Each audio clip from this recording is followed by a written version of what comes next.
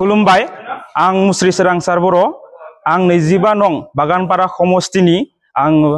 BPF दलनि स्टीयरिं कमिटिनि general secretary आं सासे general secretary जानानै आङो मोनसे फोसावनो नाजादों जे गाबोन 9 सेप्तेम्बर मंगलबार बेवहाय जोंहा मोनसे सुबुं गौमाजों लोगोसे जोंहा मोनसे ग्रेन्ड जयनिंनि हाबाफारि लानो थांगासिनो दङ तो बे हाबाफारियाव जोंहा बीपीएफ नि मानाव गेदेर आफादगिरि श्रीजुत हाग्रामा महिलारि सारा बेयाव बाहागो लागोन बिथाङा हेलिकप्टारजों फैनानै जोंनि बे हाबाफारियाव बाहागो लागोन बेनिखायनो आङो स्टीयरिं कमिटिनि सासे जेनेरेल सेक्रेटारि जानानै मोनफ्रोमबो जोंनि गं 14 प्राइमारिनि गासैबो सेक्रेटारि प्रेसिडेन्ट आरो एग्जिकिउटिभ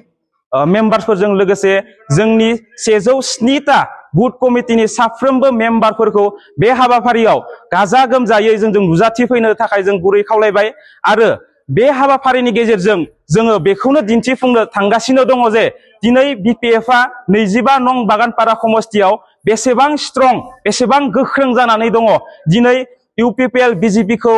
नागारनानै जों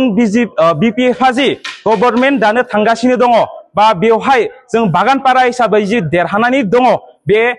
कॉन्फिडेंस को बा बे गोहोखौ जों गाबोननि बे हाबाफारिनि गेजेरजों रायजो राजाफोरनि सिगाङाव दिन्थिफुंगोन बेनिखायनो दिनै आं बेखौ फोरमायगोन जे गासैबो 25 नं बागानपारा समस्तिनि रायजो राजा नोंथांमोनखौ बे हाबाफारियाव गाजा गोमजायै बाहागो लाफानानै जे नोंथांमोना जों बीपीएफ खौनो आगोलनिफ्रायनो मोजां मोनो आरो दिनैसिमबो जे नोंथांमोना बीपीएफ खौनो गभर्नमेन्टआव नागिरफिनदों बे